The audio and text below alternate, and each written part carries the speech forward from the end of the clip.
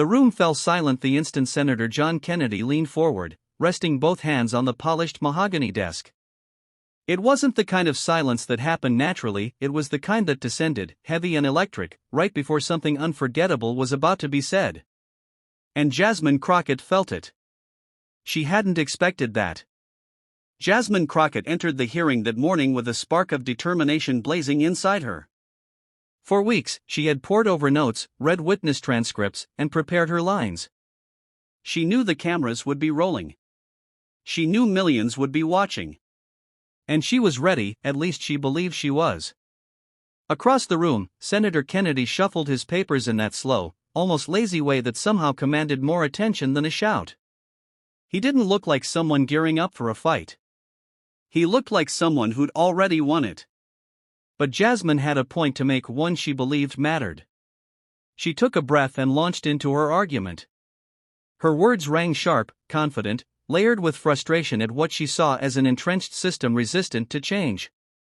She challenged protocol, questioned motives, and demanded clarity on issues that had gone unanswered for too long. A few heads nodded with her. Others stiffened in mild shock.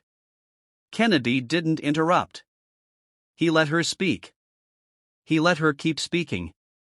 Until she finally stopped, out of breath, heart pounding, convinced she had landed the blow she came to deliver. Then Kennedy lifted his eyes. "Congresswoman," he began softly, his voice carrying the calm of a man unbothered by storms, "I've always believed that passion is a virtue. But passion without precision," he paused, letting the echo hang. "Well, that's like swinging a bat blindfolded. You might hit something, but odds are, it won't be what you meant to." A few chuckles fluttered through the room, but Kennedy didn't smile. Jasmine stiffened. She hadn't expected such a measured reply. And she deafened it. He opened a folder she hadn't noticed, pulling out documents, data she hadn't quoted, reports she hadn't referenced. He spoke calmly, laying out the issues she had challenged with clarity and a firm grasp that made it clear he'd done the homework too. As he talked, he didn't belittle her, he simply out-prepared her. And Jasmine felt something unexpected, something rare in the political world. Respect.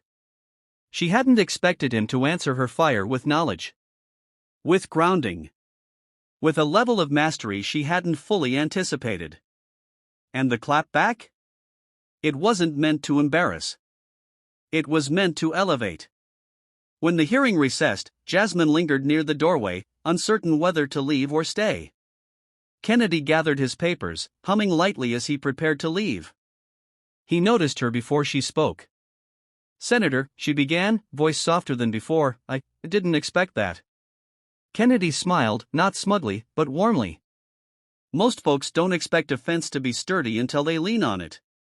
She almost laughed. "I came in here ready to challenge you." "Well, good," he said. "Democracy needs challengers. Just make sure when you step up to the plate, you've checked which way the wind's blowing." Jasmine nodded slowly. "I'll be better next time." "I hope so," he replied. "Iron sharpens iron, Congresswoman. And I'd rather debate someone who's sharp." It wasn't a taunt. It was an invitation. The cameras caught snippets of the exchange, but not the most important part, not the shift inside Jasmine's mind. She realized that opposition didn't have to be war. It could be growth. Challenge. A forge for better ideas, better leadership, better service to the people watching from far beyond those walls. Kennedy walked away, his steady steps echoing down the corridor. Jasmine remained standing there, shoulders steadier, resolve stronger, no longer fueled by the need to win a moment, but by the need to rise. And that became the message people took from that day.